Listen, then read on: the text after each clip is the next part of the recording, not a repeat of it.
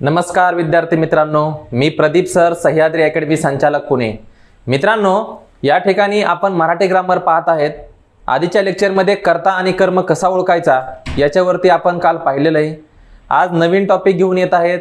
टॉपिकचं नाव आहे शब्दांच्या जाती। मित्रांनो, मराठीमध्ये शब्दांच्या ज्या 8 जाती आहेत, या 8 जातीवरती या ठिकाणी परीक्षेला 8 प्रश्न विचारलेले असतात।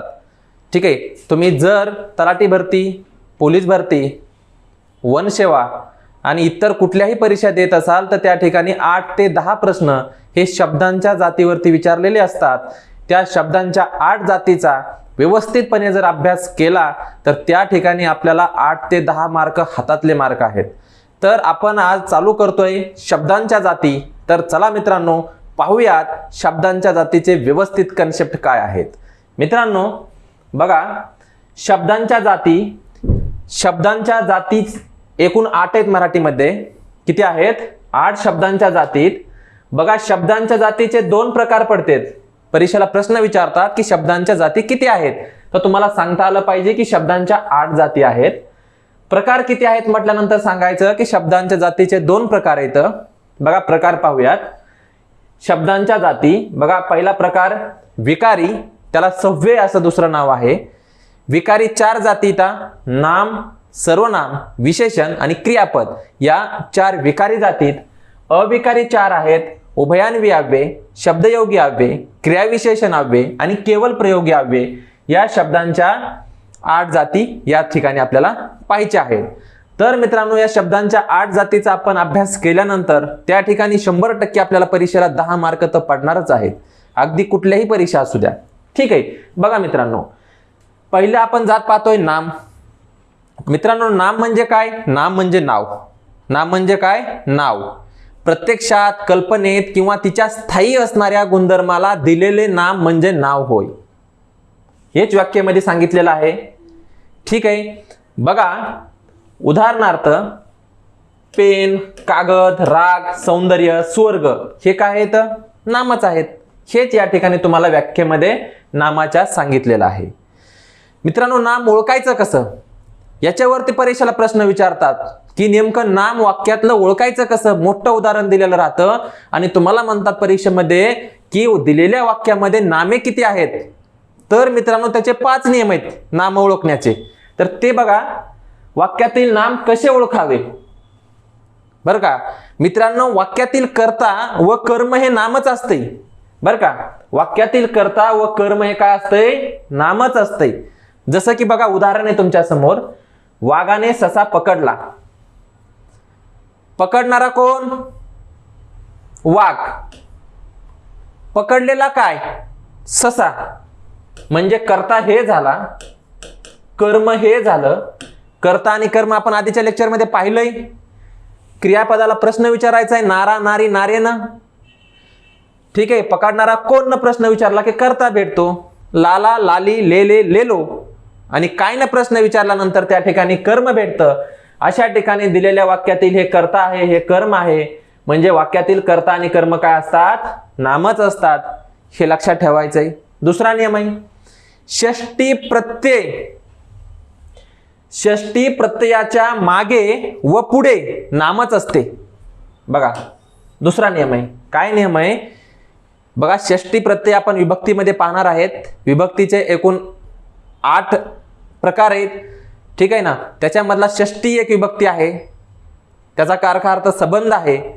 तर त्या ठिकाणी षष्टीचे प्रत्यय चाचीचे चा असतात। तर असा प्रत्यय लागलेल्या शब्दाच्या मागचं आणि शब्दाच्या पुढचं हे काय असतंय? नामच असतंय। बघा, उदाहरण दिलंय, आजकाल यंत्रांचा वापर खूप वाढला आहे। मित्रांनो, या ठिकाणी षष्टीचा प्रत्यय इथं लागलाय का नाही? चा, म्हणजे त्याच्या आधीचं म्हणजे हे यंत्रा म्हणजेच यंत्र हे नाम आहे। बघा, त्याच्या पुढचा शब्द म्हणजे वापर हे पण नाम आहे। म्हणजे या ठिकाणी ही 2 शब्द काय आहेत? नामच आहेत। म्हणजे तुम्हाला समजलं पाहिजे, दिलेल्या वाक्यातील कर्ता आणि कर्म नाम असतंय, षष्टी विभक्तीच्या मागे आणि पुढे काय असतंय? नामच असतंय। हे दुसरा प्रकार। पुढचं बघा, शब्दयोगी अव्ययाने जोडलेला शब्द नामाचे कार्य करतो किंवा तो नामच असतो। बरं का, शब्दयोगी अव्यय लागलेला शब्द हा नामच असतो, हे लक्षात ठेवा. म्हणजे बघा सत्ते पुढे शहाणपण चालत नाही, म्हणजे सत्ते. ठीक आहे. पक्षी झाडावर बसला, शब्दयोगी अव्यय वर आहे, म्हणजे इथं झाड. हे काय झालं मित्रांनो, हे काय झालं, नामच झालं. ठीक आहे, ते काय झालं, नामच झालं. बघा सत्ते पुढे शहाणपण चालत नाही, पुढे सत्य आलं इथं, म्हणजे सत्ता. हे काय, नाम आहे. बघा पक्षी झाडावर बसला, शब्दयोगी अव्यय वर आहे, म्हणजे झाड या ठिकाणी काय आहे, नाम आहे. हे लक्षात ठेवायचा. तिसरा नियम. मित्रांनो चौथा नियम बघा. बघा विभक्ती प्रत्यय लागलेला प्रत्येक शब्द हा नामच असतो. मित्रांनो लक्षात ठेवा, विभक्ती प्रत्यय लागलेला प्रत्येक शब्द हा नामच असतो, हे पण लक्षात ठेवायचंय बरं का. बघा सागराने प्रतिसाद दिला, या ठिकाणी विभक्ती प्रत्यय कुठं लागलाय, नेला लागलाय. तृतीय विभक्तीचा प्रत्यय येतो ने, म्हणजेच विभक्ती प्रत्यय लागलेला शब्द हा काय असतो, नाम असतो. बघा काकांना नमस्कार सांगा, काकांना, काका ना प्रत्यय लागलाय. सलाते, सला नाते, चतुर्थ विभक्तीचा प्रत्यय आहे तो. ठीक आहे, हा काय आहे, नामच आहे. हे पण लक्षात ठेवायचंय. आणि पाचवा आहे सर्वनामाच्या झा झी झे, बर का, प्रत्ययानंतर नामच असते. म्हणजे मित्रांनो झा झी झे प्रत्ययानंतर जो शब्द असतो तो शब्द नामच असतो, हे लक्षात ठेवायचं आहे. माझा सदरा तुझे पुस्तक, बघा झाच्या पुढचा शब्द म्हणजे सदरा, हे नाम झाला. तुझे, झेच्या पुढचं पुस्तक, हे पण नाम झालं. एकंदरीतरित्या आपण नाम कसं ओळखायचं हे पाहिलं. तर मित्रांनो नाम कसं ओळखायचं, बघा पहिला नियम सांगितला या ठिकाणी, वाक्यातील कर्ता आणि कर्म नामच असते, पहिला नियम. आपण दुसरा नियम पाहिला, काय पाहिला दुसरा नियम, बघा दुसरा नियम असा होता की षष्टी विभक्तीच्या मागे आणि पुढे नामच असते. त्याच्यानंतर आपण पाहिलं शब्दयोगी अव्यय असणारा शब्द नामच असतो किंवा नामाचं कार्य करतो. त्याच्यानंतर आपण पाहिला नियम, कोणता नियम पाहिला, त्याच्यानंतर आपण नियम पाहिला विभक्ती प्रत्यय असलेला प्रत्येक शब्द हा नामच असतो. आणि त्या ठिकाणी पाचवा नियम पाहिला झा झी झे या नामाच्या पुढे येणारा शब्द हा नामाचं कार्य करतो. अशा प्रकारे आपण नाम ओळखायचे हे 5 नियम या ठिकाणी पाहिलेले आहेत. ठीक आहे, याच्यावर परीक्षेला प्रश्न असतो, खूप महत्वाचा आहे. बघा मित्रांनो आपण आतापर्यंत पाहिलं नाम म्हणजे नाव, प्रत्यक्षातील, कल्पनेतील किंवा त्याच्या स्थायी असणाऱ्या गुणधर्माला आपण जे नाव देतो त्याला नाम म्हणायचं. मित्रांनो मराठीमध्ये नामाचे 3 प्रकार आहेत. पहिला प्रकार आहे सामान्य नाम, दुसरा आहे विशेष नाम आणि तिसरा आहे भाववाचक नाम. हे मित्रांनो नामाचे 3 प्रकार आहेत. याच्यावरती सुद्धा परीक्षेला मित्रांनो प्रश्न असतो. ठीक आहे, की नामाचे प्रकार किती म्हणतील, तर तुम्हाला सांगता आलं पाहिजे की नामाचे मुख्य प्रकार किती आहेत, 3 आहेत. सामान्य नाम, विशेष नाम आणि भाववाचक नाम. मित्रांनो मराठीमध्ये फक्त सामान्य नामाचे अनेक वचन होते बरं का. मराठीमध्ये फक्त सामान्य नामाचेच अनेक वचन होते. विशेष नाम याचं अनेक वचन होत नाही. सामान्य नाम हे जातीवाचक नाम असते, तर विशेष नाम हे व्यक्तिवाचक नाम असते. हे पण तुम्हाला माहिती असलं पाहिजे. आणि मराठीमध्ये फक्त सामान्य नामाचे प्रकार पडतात मित्रांनो. सामान्य नामाचेच मराठीत प्रकार पडतात. 2 प्रकार आहेत, एक समूहवाचक सामान्य नाम आणि दुसरा पदार्थवाचक सामान्य नाम. या ठिकाणी सामान्य नामाचे 2 प्रकार पडतात. हे पण तुम्हाला माहिती असणं गरजेचं आहे. ठीक आहे मित्रांनो, तर बघा आपण सामान्य नाम पाहू पहिल्यांदा. बघा सामान्य नाम, सामान्य नाम म्हणजे काय मित्रांनो. बघा सामान्य नाम काय ह्याची व्याख्या परीक्षेला विचारतात, ती तुम्हाला माहिती असणं गरजेचं आहे. वेगवेगळ्या पद्धतीने या ठिकाणी व्याख्या विचारू शकतात. मग सामान्य नाम कसं, कधी दिलेल्या नामामध्ये जर सर्वसाधारण जातीचा बोध होत असेल तरच ते सामान्य नाम असते. सर्वसाधारण जातीचा, बघा सर्वसाधारण जातीचा हा शब्द व्याख्येमध्ये असणं बंधनकारक आहे. तो शब्द जर व्याख्येमध्ये असेल तरच ते सामान्य नाम असते. म्हणून सामान्य नामाची व्याख्या विचारता वेळेस त्यांनी कोणत्याही पद्धतीने व्याख्या विचारू द्या, पण त्या ठिकाणी सर्वसाधारण शब्द येणं खूप गरजेचं आहे. जर सर्वसाधारण जातीचा असंच जर म्हटलं तरच ते सामान्य नाम असतं, हे लक्षात ठेवा. बघा मगाशी सांगितलं मी, मराठीमध्ये फक्त सामान्य नामाचं अनेकवचन होतं बरं का. सामान्य नामे ही जातीवाचक असतात हे तुम्हाला मी सांगितलं. सामान्य नाम परंपरेने, रूढीने किंवा व्यवहाराने मिळते, हे पण महत्वाचं आहे. बघा आता सामान्य नाम कसं ओळखायचं, सामान्य नाम कधी आणि विशेष नाम कधी हे ओळखता येणं मित्रांनो गरजेचं आहे. आणि प्रश्न परीक्षेला याच्यावरती सुद्धा असतो, हे पण लक्षात ठेवा. बघा सामान्य नाम कधी आणि विशेष नाम कधी. बघा मित्रांनो, सामान्य नाम कसं ओळखायचं, आपण लिगली काय म्हणतो की सामान्य नामाचं अनेकवचन होतं, है का नाही. सामान्य नाम जातीवाचक असतं, हे पुस्तकी भाषेमध्ये झालं. परंतु सामान्य नाम ओळखायचं कसं हे खूप महत्वाचं आहे मित्रांनो. प्रश्न केल्यानंतर जर प्रतिप्रश्न होत असेल तर ते सामान्य नाम असते.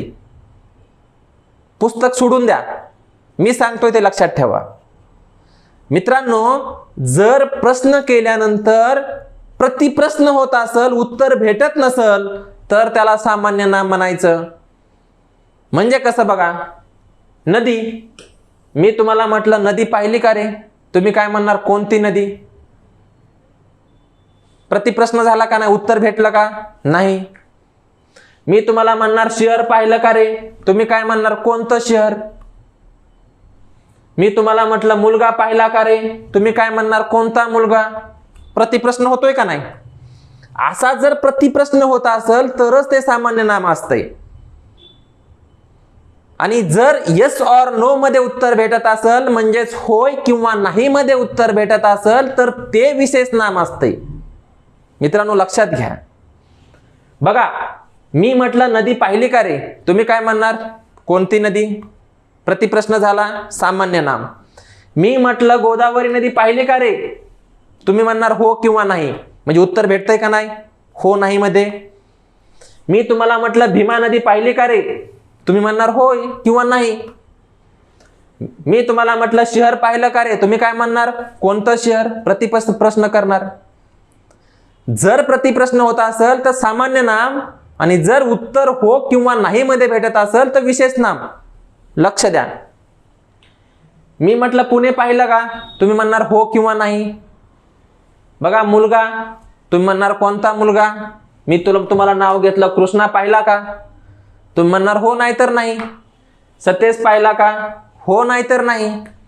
मी म्हटलं मुलगी पाहिली का, तुम्ही म्हणणार कोणती मुलगी. प्रतिप्रश्न होतोय का नाही. बघा मी म्हणलं सीता पाहिली का, गीता पाहिली का, तुम्ही म्हणणार हो नाही तर नाही, उत्तर भेटतंय. मी म्हणणार देश पाहिला का, तुम्ही म्हणणार कोणता देश. प्रतिप्रश्न होतोय. मी म्हणणार भारत पाहिला का, अफगाणिस्तान पाहिला का, तुम्ही म्हणणार आहे हो नाही तर नाही. बघा राज्य, मी म्हणन राज्य पाहिले का रे, तुम्ही म्हणणार आहेत हो नाही तर नाही. ठीक आहे, मी म्हणलं महाराष्ट्र पाहिला का, गुजरात पाहिलं का, मध्य प्रदेश पाहिलं का, तर तुम्ही त्या ठिकाणी हो नाही तर नाही म्हणणार आहेत. बघा जिल्हा, मी म्हणणार जिल्हा पाहिला का, तुम्ही म्हणणार कोणता जिल्हा. मी म्हटलं बीड पाहिला का, नागपूर पाहिला का, वर्धा पाहिला का, जालना पाहिला का, तुम्ही म्हणणार आहेत हो पाहिला किंवा नाही पाहिला. बघा ग्रह पाहिला का, तुम्ही प्रतिप्रश्न करणार आहेत कोणता ग्रह. मी मंगल बुध गुरु असं म्हणणार, मग तुम्ही हो नाही तर नाही म्हणणार. मी म्हणणार खंड पाहिले का, जगात एकूण किती खंड आहेत, 7 खंड आहेत. मी म्हणलं आफ्रिका खंड पाहिला का, आशिया खंड पाहिला का, तुम्ही म्हणणार आहेत हो किंवा नाही, आहे का नाही. अशा पद्धतीने मित्रांनो, जर या ठिकाणी लक्ष द्या, जर या ठिकाणी प्रश्न विचारल्यानंतर जर प्रतिप्रश्न होत असेल तर ते सामान्य नाम असतं. सामान्य नाम मित्रांनो कधी प्रश्न विचारल्यानंतर जर प्रतिप्रश्न होत असेल तरच ते सामान्य नाम. आणि जर प्रश्न विचारल्यानंतर होय किंवा नाही असं उत्तर भेटत असेल तर ते विशेष नाम. याच्यापेक्षा वेगळं असं काहीच नाही मित्रांनो नाम, सामान्य नाम आणि विशेष नाम ओळखण्यामध्ये, लक्षात ठेवा. ठीक आहे. बघा आता या ठिकाणी सामान्य नामाचे 2 प्रकार आहेत. एक समूहवाचक सामान्य नाम, दुसरा पदार्थवाचक सामान्य नाम. समूहवाचक सामान्य नाम कधी, तर बघा, समान गुणधर्म असणाऱ्या अनेक घटकांच्या एकत्रित समूहाला दिलेल्या नावाला समूहवाचक नाम असं म्हणायचं. म्हणजे कसं, दिलेल्या नामामध्ये जर समूहाचा बोध होत असेल तर त्याला समूहवाचक सामान्य नाम म्हणायचं. म्हणजे कसं बघा, मोळी सांगायची गरज नाही, सर्व शेतकरी मुलं आपण. मोळी म्हणजे काय, आपण काय करतो, ज्वारीची मोळी करतो, ऊसाची मोळी करतो, ऊस काढतो, भरपूर ऊसाची एकत्र काय करतो, असे ऊस टाकून त्याची मोळी बांधतो, है ना. त्या मोळीमध्ये एकच ऊस असतो का, एकापेक्षा जास्त ऊस असतात, म्हणजे ते अनेक वचनी. आणि मराठीत फक्त अनेक वचनाचं सामान्य नामच मराठीमध्ये फक्त अनेक वचनी असते, हे तुम्हाला माहिती असणं गरजेचं आहे. म्हणजे मोळी हे काय झालं, समूहवाचक झालं, समूहाचा बोध होतोय. जुडी बघा, आपण जुडी बघतो, बाजारामध्ये जातो, बाजारामध्ये गेल्यानंतर आपण काय करतो, मेथीची जुडी घेतो. त्या मेथीच्या जुडीमध्ये एकच मेथी असते का, त्याचे भरपूर असे काय असतात, जुडी बनलेली असते, जुडी, ठीक आहे ना, म्हणून जुडी. बघा गंज, बघा मित्रांनो, आपण बाजरीची ज्वारीची गंज उभा करतो, त्याच्यामध्ये एकच मुळे असते का, एकापेक्षा जास्त असा थर लावून आपण काय करतो, गंज तयार करतो गावाकडे, त्याला गंज म्हणतात. थवा बघा, पक्ष्यांचा थवा असतो मित्रांनो, आहे ना, त्यामध्ये एक पक्ष असतो का, नाही, एकापेक्षा जास्त असतात, म्हणजे समूहाचा बोध होतोय, म्हणजे समूहवाचक नाम. कळप बघा, हरणांचा कळप असतो, त्याच्यामध्ये एक हरण असतं का, नाही, एकापेक्षा जास्त हरण असतील तर त्याला आपण काय म्हणणार, कळप म्हणणार. इत्यादी हे काय आहेत, समूहवाचक नाम आहेत. म्हणजे जर समूहाचा बोध होत असेल तर त्याला काय म्हणायचं, समूहवाचक सामान्य नाम असं म्हणायचं, लक्षात ठेवा. त्याच्यानंतर पदार्थवाचक सामान्य नाम. मित्रांनो, पदार्थवाचक सामान्य नाम कधी, बघा लक्ष द्या, जे पदार्थ आपण असं सांगू शकत नाहीत की हा पदार्थ एक आहे, दोन आहे किंवा तीन आहेत, असं सांगू शकत नाहीत, आणि ते सांगण्यासाठी आपल्याला विपरीत परिमाणाची, म्हणजे विपरीत म्हणजे वेगळ्या मेजरमेंटची आवश्यकता लागते, म्हणून आपण त्याला पदार्थवाचक सामान्य नाम असं म्हणतो. काय सांगतोय लक्ष द्या, दिलेल्या नामामध्ये बरं का, जर आपण ती नामे एक आहे, दोन आहेत, तीन आहेत किंवा किती आहेत हे सांगू शकत नाहीत, आणि ते सांगण्यासाठी आपल्याला विपरीत परिमाणाची म्हणजे मेजरमेंटची आवश्यकता लागत असेल तर त्यास पदार्थवाचक सामान्य नाम असं म्हणतात. पदार्थवाचक नाम म्हणजे पदार्थवाचक सामान्य नाम, लक्षात ठेवा. सामान्य नामाचा प्रकार पाहतोय. मग बघा आता उदाहरण, सोने. तुम्ही म्हणता का एक सोनं, दोन सोनं, तीन सोनं, नाही ना म्हणत. आपण काय म्हणतो, 1 ग्राम सोनं, 1 तोळा सोनं, असंच म्हणतो का नाही, म्हणजे मेजरमेंट करतो का नाही, त्याची करतो का नाही, म्हणून त्याला पदार्थवाचक नाम म्हणायचं. चांदी सोन्यासारखंच, एक किलो चांदी, 2 किलो चांदी. तांबे 1 किलो तांबे, 1 क्विंटल तांबे. गहू आपण म्हणतो का 1 गहू, 2 गहू, 3 गहू, नाही म्हणत. आपण काय म्हणतो, 1 किलो गहू, 2 किलो गहू असं म्हणतो, 1 क्विंटल गहू. पाणी आपण म्हणतो का 1 पाणी, 2 पाणी, नाही म्हणत. आपण काय म्हणतो, 1 लिटर पाणी, म्हणजे मेजरमेंट. कापड आपण म्हणतो का 1 कापड, 2 कापड, नाही. आपण काय म्हणतो, 1 मीटर कापड, 2 मीटर कापड, 3 मीटर, 4 मीटर कापड असंच म्हणतो. मेजरमेंट वेगळ्या पद्धतीने करतो, है ना. म्हणजेच जे पदार्थ किंवा जी नामे 1, 2, 3 असे सांगू शकत नाही व ते सांगण्यासाठी विपरीत परिमाणाची, परिमाण म्हणजे इंग्रजीमध्ये मेजरमेंटची आवश्यकता लागते, म्हणून त्याला पदार्थवाचक नाम असे म्हणतात. उदाहरण आपण आताच पाहिलेले आहेत. बघा अशा पद्धतीने आपण मित्रांनो सामान्य नाम पाहिलं. आता बघा विशेष नाम. बघा विशेष नाम कसं, ज्या नामामध्ये विशिष्ट वस्तू, व्यक्ती, जागा किंवा प्राणी यांचा बोध होतो त्याला विशेष नाम असं म्हणतात. मित्रांनो, मराठीमध्ये विशेष नामे एकवचनी असतात. मराठीत विशेष नामे ही व्यक्तिवाचक असतात, हे तुम्हाला परीक्षेला विचारतात. विशेष नामे हे एकवचनी असतात, विशेष नामे ही व्यक्तिवाचक असतात, हे पण परीक्षेला या ठिकाणी विचारलेलं असतं. विशेष नाम कसं ओळखायचं, तर प्रश्न केल्यानंतर जर होय किंवा नाही मध्ये उत्तर भेटत असेल तर ते विशेष नाम असतं. ह्या माझ्या भाषेमध्ये मी तुम्हाला समजून सांगितलं, टेबल समजून सांगितला पूर्ण.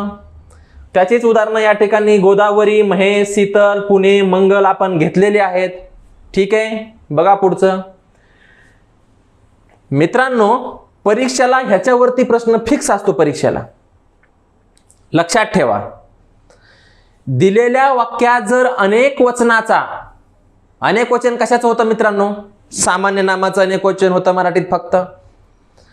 मग जर वाक्यात अनेक वचनाचा किंवा उपमेचा बोध होत असेल तर ते विशेष सामान्य नाम असते.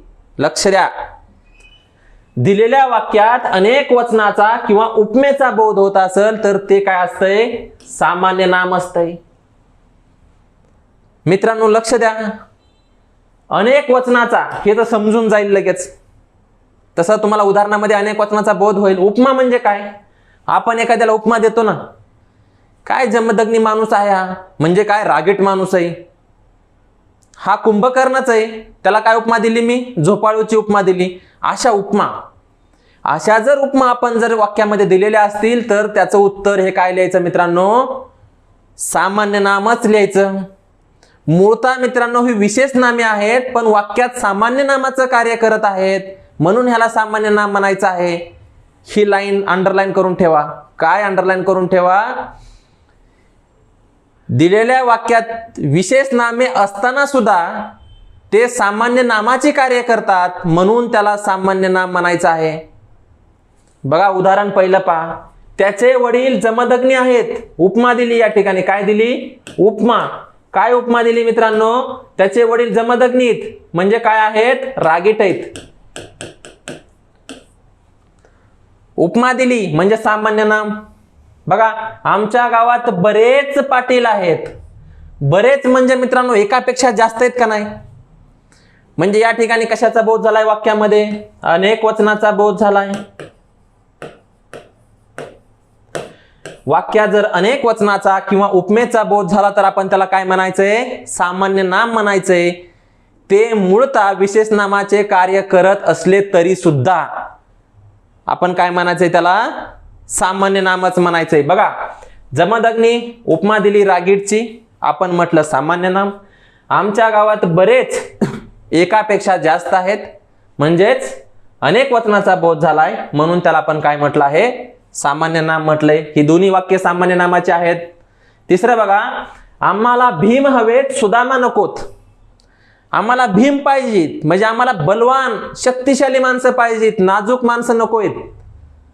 ठीक आहे, असा त्याचा अर्थ झाला. भीम म्हणजे काय, बलवान शक्तिशाली, आणि सुदामा म्हणजे कसे, नाजूक, म्हणजे हे पण सामान्य नाम झालं. तुमचा मुलगा कुंभकर्ण आहे. कुंभकर्ण म्हणजे झोपाळू. उपमा काय दिली त्यांच्या मुलाला, त्यांनी उपमा दिली झोपाळू म्हणून उपमा दिली. काय दिली, झोपाळू. बघा या ठिकाणी काय दिली उपमा, या ठिकाणी पण उपमा दिली, या ठिकाणी पण उपमा दिली. दिलेल्या वाक्यात जर उपमेचा बोध झाला असेल तर ते सामान्य नामाचं वाक्य असतं, हे तुम्हाला मी सांगितलंय. आता बघा ही 4 उदाहरणं पाहिले आपण. पहिलं उदाहरण पाहिलं, त्याचे वडील जमदग्नी आहेत, रागीट आहेत. जमदग्नी म्हणजे रागीट, उपमा दिली होती, सामान्य नामाचं उदाहरण. दुसरं उदाहरण पाहिलं, आमच्या गावात बरेच पाटील आहेत. बरेच म्हणजे एकापेक्षा जास्त आहेत, अनेक आहेत, अनेक वचनाचा बोध होतोय, म्हणून आपण त्या ठिकाणी त्याला सामान्य नाम म्हटलंय. तिसरं उदाहरण पाहिलं, आम्हाला भीम हवेत सुदामा नकोत, म्हणजे आम्हाला बलवान माणसं पाहिजेत, नाजूक माणसं नकोत, अशी उपमा दिली. चौथं उदाहरण पाहिलं, तुमचा मुलगा कुंभकर्ण आहे म्हणजे झोपाळू आहे, झोपाळूची उपमा दिली आहे. म्हणजे हे वरचे 4ही वाक्य कशाचे आहेत, सामान्य नामाचे वाक्य आहेत, हे तुम्हाला समजलं पाहिजे. आता वाक्यामध्ये बघा खाली 5वं उदाहरण आहे, आमच्या गावात पाटील आहे. पाटील एकटाच आहे का नाही रे, एकवचनी का नाही, मग ते काय झालं, एकवचनी असेल तर ते वाक्य विशेष नामाचं झालं. म्हणून हे वाक्य काय झालं, विशेष नामाचं झालं. विश्वास परीक्षेत उत्तीर्ण झाला, विश्वास मुलाचं नाव आहे. एखाद्या विश्वास हा व्यक्तीला नाव दिलंय म्हणून हे काय झालं, विशेष नाम झालं. आता बघा 7वं उदाहरण खूप महत्वाचं आहे, परीक्षेच्या दृष्टीनं सारखं परीक्षेला विचारलेलं आहे. राजेंद्र परीक्षेत उत्तीर्ण झाला यावर माझा विश्वास बसत नाही. बघा आता या ठिकाणी विश्वास हे नाव आहे का रे? राजेंद्र परीक्षेत उत्तीर्ण झाला यावर माझा विश्वास बसत नाही. इथं अंडरलाईन करून तुम्हाला परीक्षेला देतील, इथं अंडरलाईन करतील. विश्वास या ठिकाणी काय, माझी भावना आहे, मी भावना व्यक्त करतोय की राजेंद्र परीक्षेत उत्तीर्ण झाला यावर माझा विश्वास बसत नाही. हे काय नाम नाही, म्हणजे हे नाव नाहीये विश्वास, एखाद्या मुलाचं नाव नाहीये. या ठिकाणी विश्वास ही माझी भावना व्यक्त करतय, म्हणून या ठिकाणी या वाक्याला म्हणायचं भाववाचक नामाचं वाक्य आहे. हे कशाचं वाक्य आहे? भाववाचक नामाचं वाक्य आहे. अशा पद्धतीने मित्रांनो सामान्य नाम आणि विशेष नाम यांच्यातला आपण फरक पाहिलेला आहे. आता बघा भाववाचक नाम कधी? बघा भाववाचक नाम ज्याला स्पर्श करता येत नाही, चव घेता येत नाही, डोळ्यांनी पाहता येत नाही, अशा कल्पनेने मांडलेल्या गुण, अवस्था व कृती यांच्या नावांना भाववाचक नाम असे म्हणतात. बघा भाववाचक नामे मित्रांनो सामान्य नामे आणि विशेष नामे यांना जर प्रत्यय लावले तर त्या ठिकाणी ते भाववाचक नामच सिद्ध होतं. हे तुम्हाला समजणं गरजेचं आहे. बघा उदाहरणार्थ सौंदर्य, मनुष्यत्व, विश्रांती, श्रीमंती, गरिबी, प्रामाणिकपणा, गुलामगिरी.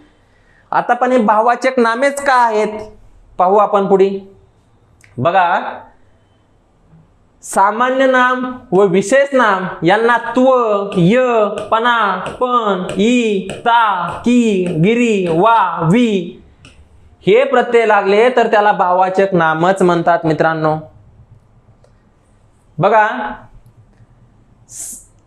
या ठिकाणी बघा दिलेल्या शब्दात कृती किंवा अवस्था यांचा बोध होत असेल तर त्यास भाववाचक नाम असे म्हणतात. मित्रांनो वाक्यामध्ये जर कृती किंवा अवस्थेचा बोध होत असेल तर त्याला भाववाचक नाम असं म्हणायचं आहे. उदाहरणार्थ चोट्टी, नृत्य. चोट्टी हा नृत्याचा प्रकार आहे मित्रांनो. कशाचा प्रकार आहे? नृत्याचा प्रकार आहे. चोट्टी, नृत्य, उड्डाण, झेप, झुंज, तारुण्य, अर्धवय, जतन, मरण ही भाववाचक नामे आहेत. का बरं? बघा ना या ठिकाणी कृतीचा बोध होतोय. चोटी ही काय आहे? कृती. नृत्य कृती, उड्डाण कृती, झेप कृती, झुंज कृती, तारुण्य अवस्था आहे. तारुण्य हे काय आहे? अवस्था आहे. अर्धवय अवस्था आहे. जतन अवस्था आहे. मरण अवस्था आहे. म्हणजे दिलेल्या वाक्यामध्ये जर कृती किंवा अवस्थेचा बोध होत असेल तर मित्रांनो ते काय असते? भाववाचक नामच असते. म्हणून ही 9 भाववाचक नामे आहेत ज्याला कुठलाही प्रत्यय लागत नाही. बघा हे 9 आहेत, हे तुम्हाला माहिती असणं गरजेचं आहे. दिलेल्या वाक्यात कृती किंवा अवस्था यांचा बोध होत असेल तर त्या ठिकाणी त्याला भाववाचक नाम म्हणतात. हे लक्षात ठेवायचं आहे. आणि तुम्हाला सांगितलं मी त्व, ई हे प्रत्यय लागतात. बघा इथं य प्रत्यय लागलेला आहे, त्व प्रत्यय लागलेला आहे, दीर्घ ई प्रत्यय लागलाय, दीर्घ ई प्रत्यय लागलाय, दीर्घ ई प्रत्यय लागलाय, पणा प्रत्यय लागलाय, गिरी प्रत्यय लागलाय. अशा प्रकारे मित्रांनो सामान्य नाम आणि विशेष नाम यांना प्रत्यय लागूनच भाववाचक नामे सिद्ध झालेली असतात. म्हणजे कसं? बघा माणूस पासून मनुष्यत्व, मनुष्य पासून मनुष्यत्व, सुंदर पासून सौंदर्य किंवा सौंदर्यता. बघा विश्रांती, बर का, श्रीमंती म्हणजे श्रीमंत पासून श्रीमंती, गरीब पासून गरिबी, प्रामाणिकपणा, प्रामाणिक पासून प्रामाणिकपणा, गुलाम पासून गुलामगिरी. ही काय आहेत मित्रांनो? भाववाचक नामाची उदाहरणे आहेत. हे तुम्हाला समजणं गरजेचं आहे. बघा मित्रांनो सामान्य नाम आणि विशेष नाम ह्यांचं दुसरं नाव आहे. त्यांना आपण धर्मीवाचक नाम असं सुद्धा म्हणू शकतो. कशाला? सामान्य नाम आणि विशेष नाम यांना आपण धर्मीवाचक नाम म्हणतो, तर भाववाचक नामाला मित्रांनो धर्मवाचक नाम म्हणतो। भाववाचक नामाला काय म्हणतो? धर्मवाचक नाम म्हणतो। हे तुम्ही या ठिकाणी लक्षात ठेवणं काय आहे? गरजेचं आहे मित्रांनो, हे तुमच्या लक्षात असणं गरजेचं आहे। अशा पद्धतीने मित्रांनो या ठिकाणी आपण पहिला टॉपिक नाम हा पाहिलेला आहे। आपण काय शिकलो आतापर्यंत हे थोडक्यात सांगतो, बघा लक्ष द्या। शब्दांच्या जाती पाहिल्या। मराठी शब्दांच्या 2 जाती आहेत, मराठी शब्दांच्या 8 जाती आहेत। त्या 8 जातींचे 2 प्रकार आहेत, पहिली विकारी, दुसरी अविकारी। विकारीला सव्यय म्हणतात, अविकारीला अव्यय म्हणतात। नाम, सर्वनाम, विशेषण, क्रियापद ह्या विकारी जाती आहेत, ठीक आहे। अविकारी म्हणजे काय? उभयान्वी अव्यय, केवल प्रयोगी अव्यय, शब्दयोगी अव्यय, क्रियाविशेषण अव्यय ह्या अविकारी जाती झाल्या शब्दांच्या। नंतर आपण पाहिलं मित्रांनो शब्दांची पहिली जात पाहिली नाम। मित्रांनो नाम म्हणजे नाव, प्रत्यक्षात कल्पनेत किंवा तिच्या स्थायी असणाऱ्या गुणधर्माला दिलेलं नाम म्हणजे नाव होय। मित्रांनो मराठीत नामाचे 3 प्रकार पाहिले, पहिलं सामान्य नाम, दुसरं विशेष नाम, तिसरं भाववाचक नाम। पहिल्यांदा सामान्य नाम पाहिलं, जर दिलेल्या वाक्यात सर्वसाधारण जातीचा बोध होत असेल तर ते सामान्य नाम असतं। व्याख्येमध्ये सर्वसाधारण शब्द येणं गरजेचं आहे। त्याच्यानंतर आपण पाहिलं की सामान्य नामाचंच मराठीत फक्त अनेक वचन होतं, सामान्य नाम जातीवाचक असतात। मग सामान्य नाम आणि विशेष नाम यांच्यातला फरक पाहिला, तो कसा पाहिला? जर प्रश्न केल्यानंतर प्रतिप्रश्न होत असेल तर ते सामान्य नामच असतं, आणि प्रश्न केल्यानंतर जर उत्तर भेटत असेल होय किंवा नाहीच्या रूपामध्ये तर ते विशेष नाम असतं, हे पाहिलं। त्याच्यानंतर मग सामान्य नामाचे 2 उपप्रकार पाहिले। पहिलं समूहवाचक नाम, जर दिलेल्या वाक्यामध्ये समूहाचा बोध होत असेल तर त्याला समूहवाचक नाम म्हणायचं असतं, ते आपण पाहिलं। जसं की उदाहरण पाहिले, गर्दीमध्ये एकापेक्षा जास्त लोक असतात, सैन्य, एकापेक्षा अधिक लोक असल्यास सैनिक असतात। लष्कर, एकापेक्षा जास्त लष्करांची टोळी असते, है ना, म्हणजे लष्कर भरपूर असतात ना, एकापेक्षा जास्त व्यक्ती असतात, अनेक वचनाचा बोध होत असेल तर आपण काय म्हणत असतो? त्या ठिकाणी सामान्य नाम म्हणत असतो, आणि त्यात समूहवाचक सामान्य नाम असं म्हणत असतो। नंतर बघा मित्रांनो आपण त्याच्यानंतर पाहिलं, काय पाहिलं? त्याच्यानंतर आपण पदार्थवाचक सामान्य नाम पाहिलं। जी नामे 1, 2, 3 असं सांगू शकत नाहीत, आणि ते सांगण्यासाठी आपल्याला जर दुसऱ्या कुठल्या तरी मेजरमेंटची आवश्यकता लागत असेल, परिमाणाची, तर त्याला पदार्थवाचक सामान्य नाम म्हणतात। उदाहरणं पाहिले, सोने, चांदी, तांबे, गहू, कापड अशा प्रकारचे उदाहरणं पाहिले। त्याच्यानंतर मित्रांनो आपण विशेष नाम पाहिलं, ज्या नामामध्ये विशिष्ट वस्तू, व्यक्ती, जागा आणि प्राणी यांचा बोध होत असेल तर ते विशेष नाम असतं। मराठीत विशेष नामे हे एकवचनी असतात, विशेष नामे हे व्यक्तिवाचक असतात, हे पण त्या ठिकाणी पाहिलं। प्रश्न केल्यानंतर जर उत्तर होय किंवा नाहीच्या रूपामध्ये भेटत असेल तर ते काय असतं? विशेष नाम असतं। त्याच्यानंतर आपण पाहिलं, दिलेल्या वाक्यात अनेक वचनाचा किंवा उपमेचा बोध होत असेल तर ती नामे ही सामान्य नामे असतात। उदाहरण पाहिले, तुमचा मुलगा कुंभकर्ण आहे, कुंभकर्ण म्हणजे झोपाळू। आमच्या गावात बरेच नारद आहेत, नारद म्हणजे चाड्या लावणारे। आम्हाला भीम हवेत, सुदामा नकोत, आम्हाला बलवान माणसं पाहिजेत, नाजूक माणसं नको आहेत। आमच्या गावात बरेच पाटील आहेत, म्हणजे एकापेक्षा जास्त आहेत, म्हणजे सामान्य नाम आहे। त्याच्यानंतर आपण उदाहरण पाहिलं, आमच्या गावात पाटील आहे, एकटाच आहे, एक वचनी, म्हणजे विशेष नाम आहे। विश्वास परीक्षेत उत्तीर्ण झाला, विश्वास मुलाचं नाव आहे, या ठिकाणी व्यक्तिवाचक आहे म्हणून विशेष नाम झाला। नंतरचं उदाहरण पाहिलं, राजेंद्र परीक्षेत उत्तीर्ण झाला, यावर माझा विश्वास बसत नाही, या ठिकाणी मी माझ्या भावना व्यक्त करत होतो, विश्वास, म्हणून त्या ठिकाणी ते भाववाचक नामाचं उदाहरण झालं। त्याच्यानंतर आपण भाववाचक नाम 3रा प्रकार पाहिला। त्याच्यामध्ये आपण काय पाहिलं? दिलेल्या नामामध्ये जर भावनेचा किंवा गुणाचा बोध होत असेल तर ते भाववाचक नाम असतं।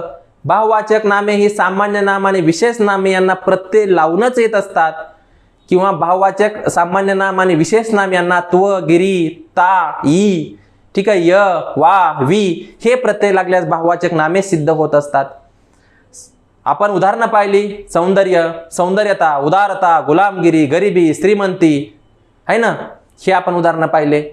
त्याच्यानंतर मित्रांनो सामान्य नाम, त्याच्यानंतर आपण काय पाहिलं तर कृती किंवा अवस्था यांचे वर्णन करणारे शब्द हे भाववाचक नामेच असतात. उदाहरण पाहिले, चोटी, नृत्य, उड्डाण, झेप, झुंज, तारुण्य, अर्धवय, जतन, मरण हे या ठिकाणी पाहिलं. त्याच्यानंतर काय पाहिलं आपण, त्याच्यानंतर आपण पाहिलं की सामान्य नाम आणि विशेष नाम यांचं दुसरं नाव आहे धर्मीवाचक नाम आणि भाववाचक नामाचं दुसरं नाव आहे धर्मवाचक नाम. हे या ठिकाणी आपण मित्रांनो पाहिलं आहे. अशा प्रकारे शब्दांची पहिली जात आज आपण संपवलेली आहे. पुढच्या लेक्चरमध्ये आपण शब्दांची दुसरी जात सर्वनाम या ठिकाणी पाहणार आहेत आणि तो टॉपिक घेऊन आपण नंतर येणार आहेत. तोपर्यंत धन्यवाद.